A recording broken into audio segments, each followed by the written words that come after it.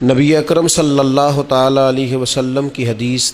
طبرانی شریف میں حضرت ابو ہریرہ رضی اللہ تعالیٰ عنہ نے روایت فرمائی ہے۔ نبی پاک صلی اللہ تعالیٰ علیہ وسلم نے فرمایا، میرے صحابہ کرام علیہم رضوان میں سے خلق کے اعتبار سے، اخلاق کے اعتبار سے جو میرے سب سے زیادہ مشابہ ہیں نا، وہ حضرت سیدنا عثمان غنی رضی اللہ تعالیٰ عنہ۔ نبی پاک علیہ الصلوۃ والسلام خود اس بات کی تعریف فرما رہے ہیں، خود اپنی امت کو اس طرف توجہ دلا رہے ہیں کہ عثمان سب سے زیادہ خلق کے اعتبار سے مجھ سے مشابہت رکھتا ہے۔ امت مسلمہ آج جس اخلاقی انحطاط کا شکار ہے، اور پوری دنیا کے اندر جہاں مسلمان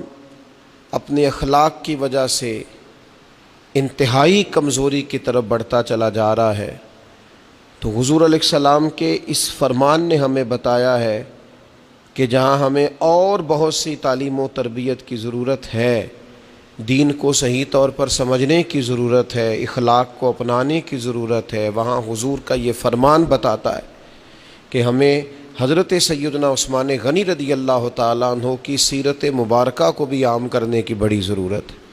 محبوب فرماتے ہیں وہ اخلاق میں مجھ سے سب سے زیادہ مشابہت رکھتے ہیں، ان کے اخلاق میں اللہ تعالیٰ نے ہر قسم کی خوبیاں رکھی تھی، ہمہ جہت اللہ نے اخلاق انہیں عطا فرمائے تھے، لیکن تین چیزیں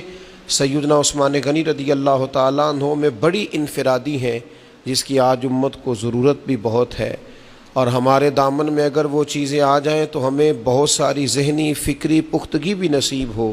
ان میں ایک چیز جو سب سے زیادہ تھی حضرت عثمان غنی میں، وہ تھی غریب کا خیال رکھنا، محتاج کا درد دل میں پیدا کرنا، اپنی دولت دونوں ہاتھوں سے سخاوت کرنا، غرباء پہ لٹانا، اور دوسری اہم چیز ان کے اندر بڑے خوبصورت تھے، بڑے حسین تھے،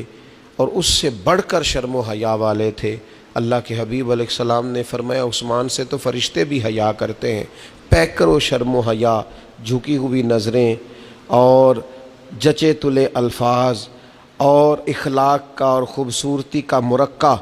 اور تیسری بات جو حضرت عثمان غنی رضی اللہ تعالیٰ عنہ کے اندر بہت زیادہ تھی، اور بہت ہی زیادہ تھی، اور جس نے ایک مثال رقم کی، وہ ہے ان کا تحمل، ان کی بردباری، ان کا حوصلہ، ان کا صبر۔ جان دے دی،